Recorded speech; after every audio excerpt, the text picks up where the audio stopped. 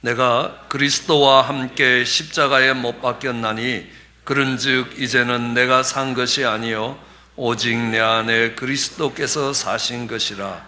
이제 내가 육체 가운데 사는 것은 나를 사랑하사 나를 위하여 자기 몸을 버리신 하나님의 아들을 믿는 믿음 안에서 사는 것이라. 아멘. 오늘은 부활절입니다. 예수님이 십자가에 못 박혀 죽으신 지 사흘 만에 다시 살아나신 날입니다. 그 주님의 부활을 믿는 우리들에게는 큰 기쁨의 날입니다. 왜냐하면 그 주님의 부활은 우리의 부활을 약속하고 있기 때문입니다. 주님은 하나님의 약속을 따라 부활하셨습니다. 그 약속은 동일하게 우리의 부활도 약속하고 있습니다. 그래서 예수 그리스도의 부활이 믿어지면 그것은 우리의 부활을 믿게 되는 것입니다. 근데 사실 그 부활을 믿는다는 거 쉽지 않습니다. 어렵습니다. 말이 안 된다고 생각할 수 있습니다. 저도 신앙생활을 하기 전까지, 예수님을 구주로 영접하기 전까지 그렇게 살았습니다. 종교라는 것은 죽음 이후에, 또 부활도 죽음 이후의 일이라, 그리고 죽은 후에 살아온 사람이 아무도 없다는 사실입니다. 그렇기 때문에 이것을 확인할 길이 없다고 확신했습니다. 그러므로 이것은 진리가 될 수 없다. 그리고 종교를 통해서 이익을 취하는 자들이 미련한 인생들에게 죽은 후에 정말 큰 축복을 줄 것이라는 사기에 불과하다, 허구에 불과하다고 생각했습니다. 그러나 지금은 아닙니다. 예수님이 부활하셨다라는 것들을 전하기 위해서 제 온 삶을 드리고 있습니다. 우리는 주변을 돌아보건대 부활이 거짓이 아니라는 증거도 참 많이 있습니다. 하나님이 만드신 만물 속에도 그런 증거들이 있습니다. 어느 목사님은 이렇게 설명하십니다. 밤이 되어서 이제 잠자리에 들 때에 잠옷으로 갈아입는다고 합니다. 잠옷으로 갈아입으면서 하나님 수의로 갈아입었습니다. 이 수의라는 것은 죽은 사람들이 입는 옷 아닙니까? 그리고 이제 잠자기 위해서 이불을 덮으면서 하나님 떼짱 덮었습니다. 여기서 자란 분들은 떼짱이 뭔지 잘 모르더라고요. 이 떼짱은 묘지에 무덤에 덮는 잔디를 떼짱이라고 이야기합니다. 그리고 새 아침이 돋았을 때 그 이불을 차고 일어나면서 부활했습니다. 매일매일 삶에서 우리는 부활을 경험하도록 하나님이 하셨습니다. 한 해의 삶을 살아갈 때도 그렇습니다. 겨울이 되면 나무들이 모든 잎이 떨어지고 앙상하게 남아 있습니다. 저희 집에도 그런 나무들이 몇 그루 있습니다. 또 그 옆에는 죽은 나무가 있습니다. 겨울이 되면 죽은 나무와 정말 잎이 떨어진 나무 차이가 없습니다. 죽은 것과 동일해 보입니다. 그러나 새봄이 오면 거기에 싹이 트기 시작하는 겁니다. 꽃이 피기 시작하는 겁니다. 새로운 생명이 일어나는 것들을 경험하게 됩니다. 우리는 그래서 정말 한 해를 보내면서 그 죽음에서 생명으로 인도하시는 하나님의 부활을 경험할 수 있게 됩니다. 성경은 부활을 이렇게 설명하기도 합니다. 한 알의 밀알이 땅에 떨어져 죽지 않으면 한 알 그대로 있는데 그 죽음을 통하여 많은 밀알들이 열린다.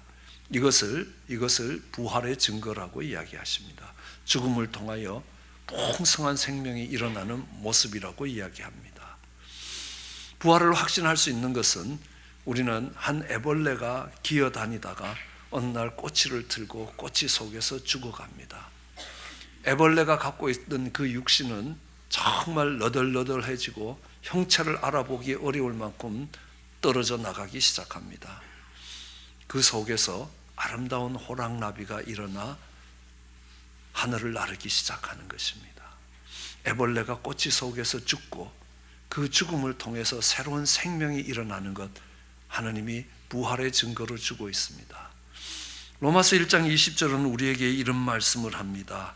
하나님의 영원하신 능력과 하나님의 신성, 신에 속한 성품들은 그 하나님이 만드신 만물 속에 분명하게 보여 놓으셨다는 겁니다. 그래서 우리로 하여금 깨닫게 하고 우리로 알아들을 수 있게 만들어 주신 것입니다. 그렇기 때문에 부활이라는 것, 우리가 경험해 볼 수 없는 것이긴 하지만 우리의 삶 속에 하나님이 만드신 만물 속에 그 많은 증거들이 있음을 우리는 알 수 있을 것입니다. 만물뿐만 아니라 많은 사람들 속에서 우리는 그 부활의 증거를 찾을 수 있습니다. 가장 가까이 예수님의 11 제자들입니다. 예수님의 제자들은 예수님 가까이에서 예수님이 그 사역을 시작하실 때부터 십자가에서 돌아가실 때까지 늘 함께 있었습니다. 그런 제자들이 예수님을 지켜보면서 또 예수님의 부활을 경험하면서 그들은 부활을 전하는 사람이 되었습니다. 그들은 두려워 떨던 사람이었습니다. 도망쳤던 사람들입니다. 그런데 부활하신 예수님을 만나고 그들의 인생이 달라졌습니다. 예수님이 부활하셨다고 담대히 전했습니다. 그것 때문에 그들은 많은 어려움을 당했습니다. 감옥에 들어가기도 했습니다. 매를 맞기도 했습니다. 또 많은 사람들은 죽음을 당하기도 했습니다. 가장 처절한 십자가에 달려 죽기도 했습니다. 그런데 그들이 예수님이 부활했다라는 것들을 굽히지 않았습니다. 역사적 기록들은 이렇게 기록합니다. 그들을 감옥에 가두고 채찍질하고 죽일 수는 있을지언정 그들로 하여금 예수님이 셋째 날에 다시 살아나셨다는 확신을 부인하게 만들지는 못했다. 거짓된 것을 가지고 자기의 목숨을 거는 사람들은 많지 않습니다. 정신병자 한둘 있을까 한데요, 수많은 사람들이, 그 모든 제자들이 정말 예수 그리스도의 부활에 그들의 생명을 걸었습니다. 이것은 그들이 경험한 부활이 진실이었다라는 걸 증명하고 있는 것입니다. 그들뿐만이 아닙니다. 그 부활을 경험하는 사람들은 예수님 당시에 예수님의 부활을 본 사람들만이 아닙니다. 그걸 보지 않았던 사도 바울도 그렇습니다. 초대교회 수많은 성도들이 그랬습니다. 예수님의 부활하심을 부인하기만 하면 살아날 수 있을 그때에도 그들은 부활하신 그 예수님을 그들의 주로 섬기고 죽음을 택했습니다. 한두 사람이 아닙니다. 수많은 사람들이 로마 콜로세움에서 불타 죽었습니다. 수많은 사람들이 로마 콜로세움에서 사자밥이 되어서 찢겨 죽었습니다. 그들이 불타 죽을지언정, 그들이 찢겨 죽을지언정 예수님이 부활하시고 예수님이 살아계시다라는 것들을 부인하지 않았습니다. 이것은 우리에게 강력한 증거가 되고 있다는 것들을 알 수 있습니다. 하버드 대학의 석학으로 알려진 그린리프 박사님이 계십니다. 그분은 법조계에서도 아주 이 당대의 최고의 석학이라고 인정을 받고 있는 분입니다. 이분도 부활이라는 것, 예수님의 부활이라는 것은 허구라고 생각했습니다. 그래서 이 예수님의 부활이 허구라는 걸 폭로해야 되겠다라고 마음을 먹었습니다. 그래서 그는 법정에서 증거로 채택될 수 있는 논리를 가지고 사복음서의 저자들이 했던 증언을 검토했습니다. 법리적으로 검토를 했습니다. 이것이 증거가 될 수 있나 없나, 증거로서의 자격이 있나 없나를 검토했습니다. 그것을 마친 그는 이렇게 얘기합니다.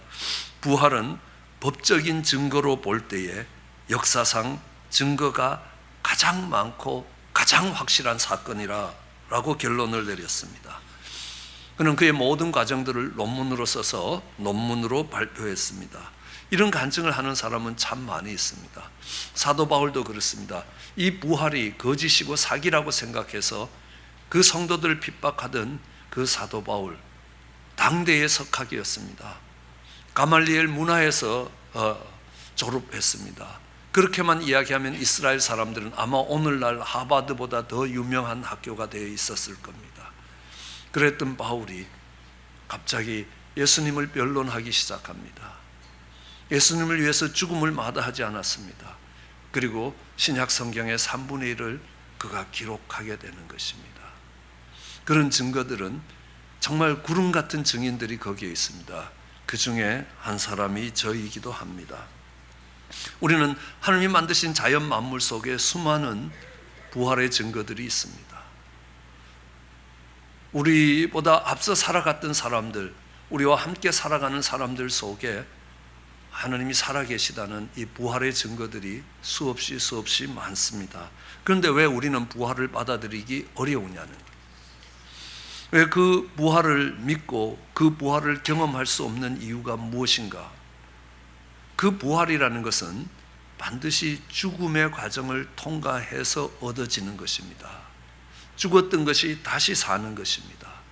비록 애벌레가 애벌레처럼 사는 것이 아니라 애벌레가 호랑나비처럼 다시 사는 겁니다. 기어다니던 애벌레가 하늘을 나르는 것처럼 더 풍성한 삶으로 정말 거듭나게 되는 것입니다. 다시 태어나게 되는 것입니다. 우리는 그 과정을 부활이라고 이야기합니다. 그렇지만 그 부활 속에는 반드시 죽음이 전제되어 있습니다. 그 죽음을 통해서 우리는 부활에 이르는 것입니다. 그런데 우리는 이 죽음에 대한 오해를 갖고 있을 때가 참 많습니다. 호흡이 끊어지고 우리의 몸이 흙으로 돌아가는 것을 죽음이라고 생각합니다. 물론 그것이 죽음이 아니라고 이야기하는 것 아닙니다. 그러나 좀 더 보편적으로 죽음이라는 것은 단절이라는 것입니다. 우리는 나무에 나뭇가지들이 무성한 것들을 봅니다. 그 나뭇가지를 칼로 잘랐습니다. 그러면 잘려진 나뭇가지는 잘려지기 전처럼 동일하게 푸르고 동일하게 정말 싱싱합니다. 그렇지만 이 나뭇가지가 나무에서 잘려지는 순간에 이 나뭇가지는 죽은 것입니다. 그때부터 죽음의 과정이 나타나기 시작합니다. 왜냐하면 생명의 근원에서부터 단절되었기 때문입니다. 그것을 우리는 죽음이라고 이야기합니다. 우리의 영혼이 우리의 육체로부터 단절되기 시작하면 우리는 그것을 육의 죽음이라고 이야기합니다.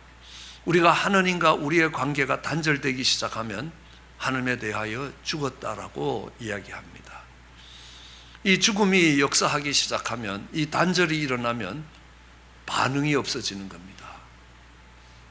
젖을 먹이는 어린아이가 있는 엄마가 죽고 나면 아이가 배고프다고 아무리 젖을 달라고 해도 엄마는 반응을 보이지 않습니다. 죽음이라는 것은 단절이고 그 단절이라는 것은 반응이 없어지는 것입니다. 하나님이 아무리 복된 자리로 우리를 불러도 거기에 반응이 없습니다. 내가 너를 사람을 낳는 어부가 되게 할 것이고 내가 너를 복의 근원으로 만들겠다라고 해도 거기에 관심이 없습니다. 반응을 보이지 않습니다.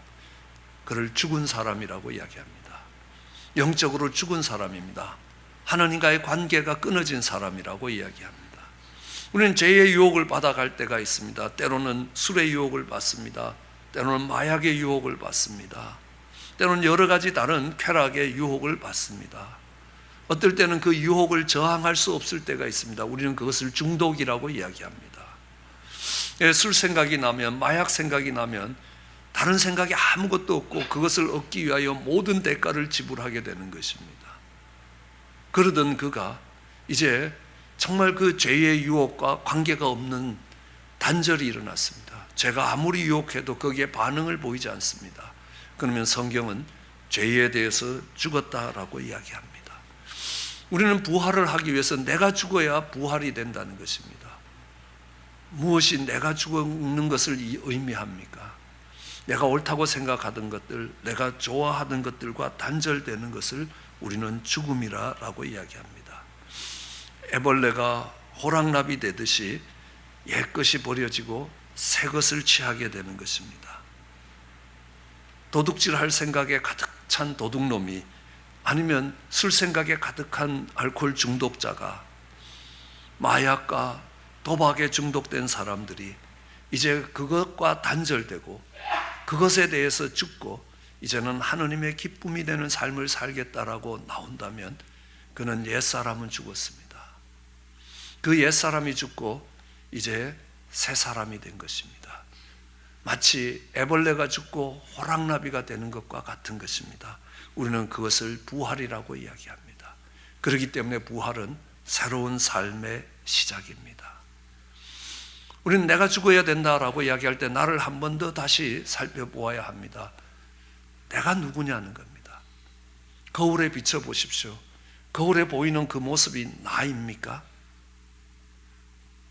그 거울에 비치는 모습은 날마다 달라지기도 합니다. 어릴 때 모습이 다르고 지금의 모습이 다르고 10년 후의 모습이 다를 수 있습니다.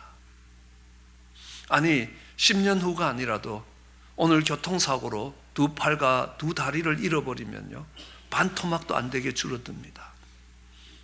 그렇지만 변하지 않는 내가 그 안에 있습니다. 그러므로 보이는 내 모습이 진짜가 아니라는 겁니다. 그 속에는 보이지 않는 진짜 나의 모습이 그 속에 있습니다. 우리는 보이는 모습을 쫓아가던 옛 사람이 죽고 보이지 않는 나를 위해서 살아가는 새 사람이 일어날 때, 그 옛 사람이 죽고 새 사람이 일어나는 것, 우리는 그것이 부활이라고 이야기하고, 우리는 그것을 일컬어서 정말 중생이라고도 이야기합니다. 새로운 삶이 일어났다는 겁니다. 새 삶이 이루어졌다는 겁니다. 그리고 거기서부터 우리의 새로운 삶의 시작이 되는 것입니다. 보이는 세상을 쫓아가 살아가던 삶이었습니다. 정말 눈에 보이는 것, 그것을 쫓아 살았습니다. 좋은 집입니다. 그렇지만 화목한 가정은 눈에 보이는 게 아니라는 겁니다. 좋은 침대는 눈에 보이는 겁니다. 그러나 편안한 잠은 눈에 보이는 것이 아니라는 것입니다. 좋은 침대가 편안한 잠을 보장하지 않습니다. 어떤 것이 본질이라는 것을 우리는 다시 한번 생각해 봐야 합니다. 우리의 옛사람은 이 육신이 원하는 대로 쫓아가는 겁니다. 눈에 보이는 육신이 원하는 것을 쫓아가는 것입니다. 육신의 감정과 육신의 욕심을 따라가는 겁니다. 그래서 그것을 육신의 정욕이라고 합니다. 눈으로 보는 것을 쫓아갑니다. 안목의 정욕이라고 이야기합니다. 이 세상에 있는 것들을 가지고 자랑거리를 만들려고 하는 것입니다. 이생의 자랑이라는 겁니다. 그래서 그들은 남들보다 잘 먹어야 되고, 남들보다 잘 살아야 되고, 남들보다 잘 입어야 되고, 남들보다 더 좋은 물건을 소유해야 된다는 겁니다. 그렇지 않을 때 무척 괴로워한다는 겁니다. 나보다 훨씬 나은 사람들을 미워합니다. 나를 무시하고 멸시하면 화가 나는 겁니다. 나를 우습게 봤다고 분노하는 것입니다. 나를 알아주지 않는다고 기분 나빠한다는 겁니다. 나보다 더 나은 사람을 만나면 배 아파합니다. 뭘 허물을 하나 뜯어도 뜯어야 된다는 것입니다. 왜요? 눈에 보이는 것들이 가치이기 때문에요. 눈에 보이는 것이 본질이라고요. 눈에 보이는 자신의 감정과 자신의 욕심을 따라가기 때문에, 눈에 보이는 이 세상에 좋은 것들을 취하고자 했기 때문이라는 겁니다. 그건 우리의 옛사람이라는 겁니다.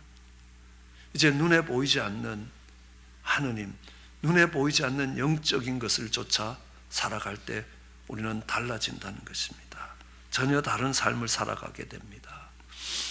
세상에서도 유명한 가수가 될 수 있는 기회가 있었던 분이 찬송을 부르기 시작합니다. 그분은 이렇게 노래합니다. 정말 주 예수보다 더 귀한 것은 없다고. 이 세상의 부귀와 이 세상의 명예와 이 세상의 어떤 행복과도 바꿀 수 없다고.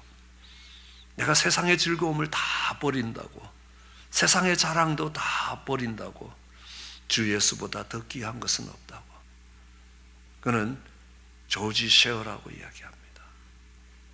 얼마 전 돌아가신 빌리 그레함 목사님이 전도 집회를 하면 백발이 허연 90에 가까운 노인이 와서 온 힘을 다해서 찬송을 부르시던 분이 바로 그분이었습니다.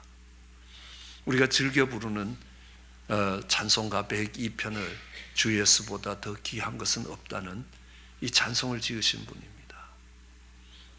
세상의 가수가 되어도 눈에 보이는 이 땅에서의 아주 화려함과 모든 것을 취할 수 있는 그가 정말 예수님이 가장 귀한 것이라고 고백합니다. 새 사람이 되었습니다. 눈에 보이는 곳을 쫓아가지 않았습니다. 눈에 보이지 않는 것이 본질임을 깨닫고 그것을 쫓아가기 시작했습니다. 그는 사람이 바뀌었다고 이야기합니다. 거듭났다고 이야기합니다. 새 사람이 되었다고, 옛 사람이 죽고 새 사람이 되었다고, 정말 애벌레 같은 옛 사람이 죽고 호랑나비 같은 새 사람이 되었다고, 우리는 그것을 부활이라고 이야기합니다. 그러기에 부활은 새로운 삶의 시작이 되는 것입니다. 삭개오 같은 사람도 압니다. 그는 예수님이 살아갈 당시에 세무서장과 같은 세리장이었습니다. 그는 사람들이 손가락질 하더라도 어떻게든 돈을 모아야 했습니다. 정말 돈이 최고의 가치였습니다. 돈이 인생의 전부였습니다. 그가 예수님을 만났습니다. 새 사람이 되었습니다. 움켜쥐던 것을 펴기 시작하는 겁니다. 자기의 가진 것을 가난한 사람들과 나누겠다고 이야기합니다. 억울하게 빼앗은 거 있으면 돌려주겠다고 이야기합니다. 그것도 몇 배로 돌려주겠다고 이야기합니다. 전혀 다른 생각을 하고 전혀 다른 행동을 하게 되는 것입니다. 그때 우리는 이야기합니다. 그의 옛사람은 죽고 새 사람이 되었다고. 우리는 그것을 부활이라고 이야기합니다. 그러기에 부활은 새로운 삶의 시작이 되는 것입니다. 많은 증거가 있음에도 불구하고 부활을 믿을 수 없고 부활을 경험할 수 있는 이유가 또 하나 있습니다. 왜냐하면요, 그 부활의 영광보다 십자가의 고난이 크게 보이기 때문에 그렇습니다. 십자가의 고난이 크게 보이는 자들에게 있어서는 그 부활의 영광을 따라갈 수 없게 됩니다. 마태복음 16장 21절에 예수님은 정말 주는 그리스도여 살아계신 하나님의 아들입니다 라는 위대한 신앙 고백을 한 베드로에게 이렇게 이야기하십니다. 내가 예루살렘에 올라가 장로들과 대제사장들과 서기관들에게 많은 고난을 받고 죽임을 당할 것이다. 십자가에서 죽게 될 것이다. 그러나 3일 만에 살아나서 정말 제자들에게 나타날 것이라. 내가 다시 살아날 것이다. 제자들에게 가르쳤습니다. 그러면요, 제자들이 어떻게 반응해야 합니까? 와, 주님이 죽으셨다가 사흘 만에 다시 살아나신다. 이건 있을 수 없는 일을 주님이 이루시겠다라고 하니까 와, 대단한 일이 일어날 거다. 할렐루야 그래야 되는데 이 베드로는 그렇게 반응하지 않습니다. 주여, 죽으시면 안 됩니다.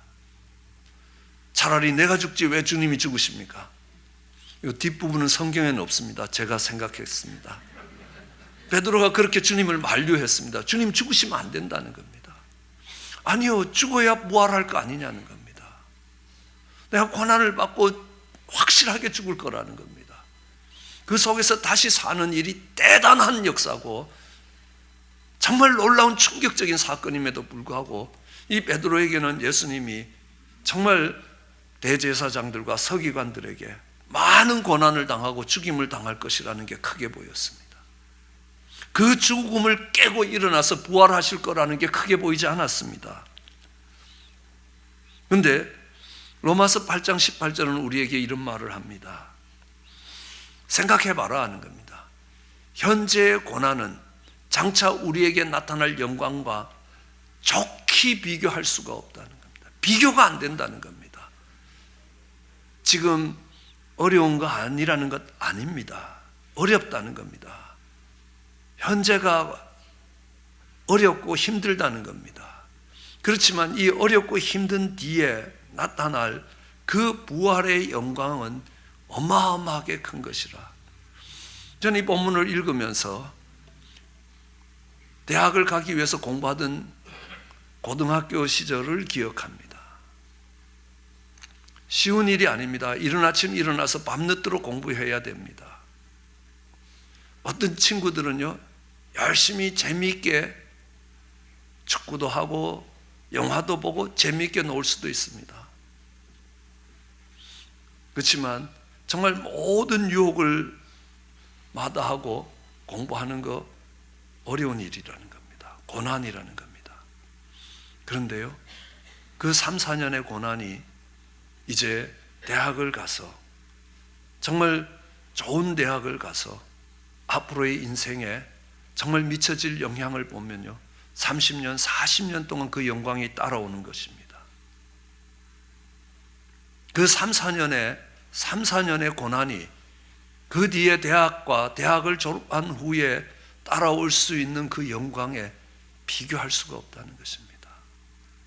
우리가 잠깐 사는 세상에서 우리가 어떤 대우를 받으면서 어떤 즐거움을 누리면서 살 것인가, 그것과 그 시간에 누릴 수 있는 그 즐거움과 영원한 생명과 함께 누릴 수 있는 그 영광과는 비교가 안 된다라고 이야기합니다. 우리는 역사 속에서도 배울 수 있습니다. 우리는 일본의 나라를 뺏기고 정말 식민지 생활을 했습니다. 그 식민지 기간 36년을 지나가는 것은 무척 어려운 시간이었습니다. 그렇지만 내가 지금 잘 먹고 잘 살겠다고, 현재의 풍요로움을 좇아 살겠다고 그들은 일본 제국주의와 손을 잡기도 합니다. 그런데 신사참배를 하기도 합니다. 내가 하나님이 주시는 영원한 생명을 쫓아 살아갈 것이라는 것이 아니라 내가 지금 눈앞에 당한 고난을 피할 것이고 내가 지금 눈앞에서 정말 풍요로움을 누리겠다고 그들은 신사 앞에서 머리를 숙일 수 있습니다. 그런데 얼마 지나지 않아 새로운 세상이 왔습니다.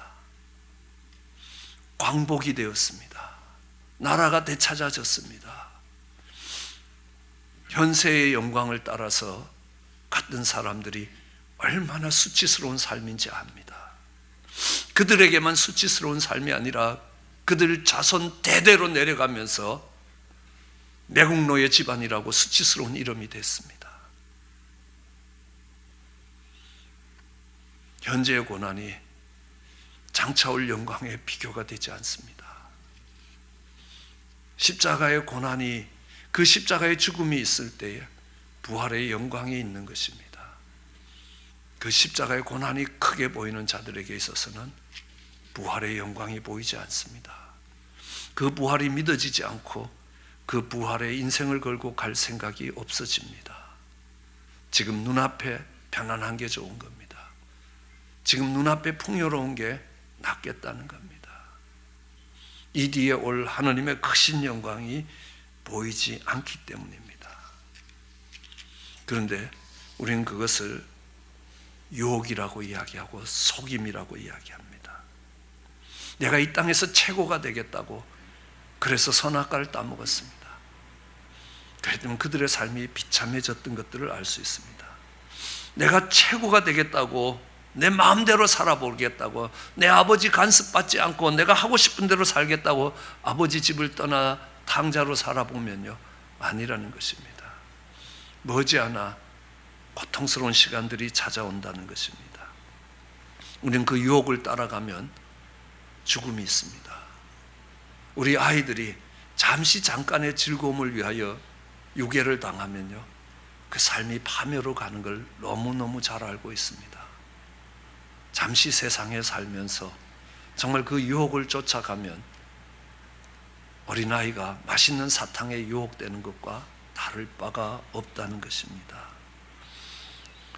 속으셨습니까? 속을 때는 좋은데요, 속은 걸 알고 되면 고통스러운 시간들이 기다립니다. 내가 내린 잘못된 결정으로 눈물 흘리게 됩니다. 그러나 거기가 끝이 아닙니다. 집을 나간 탕자처럼 아버지께로 돌아올 수 있습니다. 새로운 살 길이 있습니다. 아버지께로 돌아와서 옛 삶을 청산하고 새 삶을 시작하는 것, 우리는 부활이라고 이야기합니다. 믿음을 가지고 아버지 집에 와야 합니다. 그러면요, 부활을 경험할 수 있게 될 것입니다. 그리고 그 부활은 우리에게 새로운 삶을 제공합니다. 자존심을 꺾어야 합니다. 고집도 꺾어야 합니다.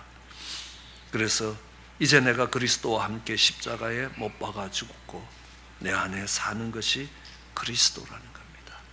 그 고백이 들어갈 때 우리는 부활을 경험하게 될 것이고, 그 부활은 우리에게 새로운 삶을 시작하게 만들 것입니다. 그 부활은 우리로 옛 삶으로 돌아가지 않게 만들 능력이 있습니다. 그 부활은 눈에 보이는 이 세상 것을 더 이상 사랑하지 않을 수 있게 만드는 능력이 있는 것입니다. 세상 것들을 배설물처럼 버릴 수도 있는 것입니다. 그리고 고백할 수 있습니다. 이전 것은 지나갔고 이제 새 것이 되었다는 것입니다.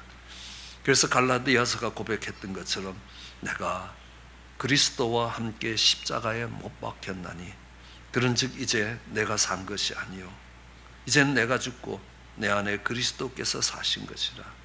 이제 내가 육체 가운데 사는 것은 나를 사랑하사 나를 위해 자기 몸을 버리신 하나님의 아들을 믿는 믿음 안에서 사는 것이라. 내가 육체를 향해 살아가는 것 아니요, 정말 그 하느님을 향한 믿음을 가지고 살아가는 것입니다. 육체를 향해 살던 옛 자아가 죽을 때, 그리고 하느님을 향하여 다시 살기 시작하겠다고 할 때에 우리는 그것을 부활이라고 이야기합니다. 그것이 우리의 새로운 삶을 시작하게 될 것입니다. 이 갈라디아서의 고백이 우리의 고백이 되기를 주의 이름으로 축원합니다. 기도하시겠습니다.